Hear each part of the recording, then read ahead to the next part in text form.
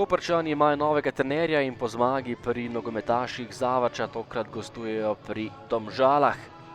V prejšnjem krogu veliko razočaranje za Domžale, ki so doma izgubile proti Krškemu z 2:3. Tole pa je že prva akcija in strel Črnica daleč.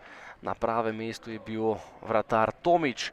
Kombinacija Kopra, takole je Alvir pri izbijanju skoraj zatresel lastno mrežo. Še enkrat Koprčani, takole je z bližine meril Valencia, ampak v zadnjem momentu so Domžalčani rešili tole situacijo.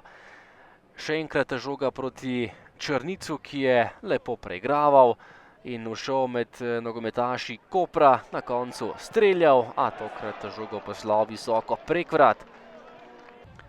Še enkrat velika priložnost za Domžale, sam pred vrati je bil Mance, a meril v vratarja Tomiča, ostalo je pri začetnih 0:0. Kombinacija Domžal podaja pred vrata, še enkrat z glavo Mance, tokrat ni bil najbolj natančen in po dobre pol ure igre še ena priložnost za Domžale v temle prvem polčasu. Tokrat je Blažič našel Trajkovskega, ki je meril z glavo, ampak Tomič je imel v tem prvem delu precej dela in opravil ga je dobro.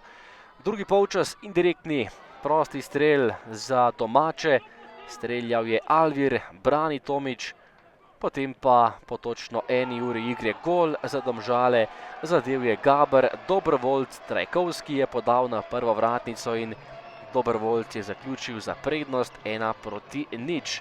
Takole z nogo je bil najspretnejši Gaber, Dobrovoljc in popeljal domače do prednosti. Potem pa še gol za nogometaše Kopra, to je bil izvrsten zaključek Belime Rodriguesa, ki je pobegnil po desni in še drugič zapored zadev za Koprčane, izenačil na 1:1. Premagal tudi Maravala, ki je bil nemočen, izid je bil izenačen.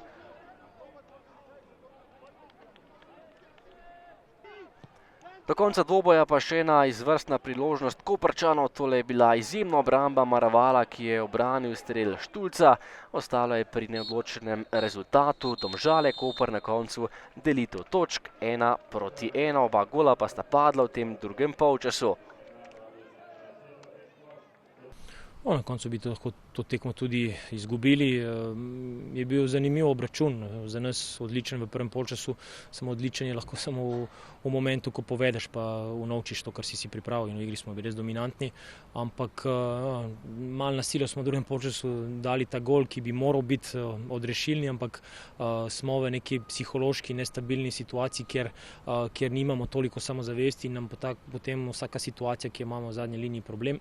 Ampak dober, obračun je bil dober, dobra tekma je bila, mi na prvenstveni lestvici nismo bistveno izgubili, zdaj pa treba iti pogumno naprej.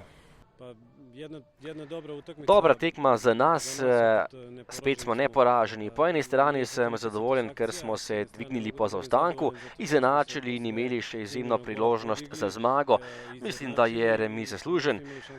Čestital bi svojim fantom za zmago, po drugi strani pa je res, da je še veliko prostora za napredek in za kritiko, ker nekaterih stvari, katere smo se dogovorili, fantje niso izpolnili. Treba se dobro spočiti, kajti čez nekaj dni nas čaka že nova tekma. Domžalam pa želim veliko sreče v nadaljevanju prvenstva.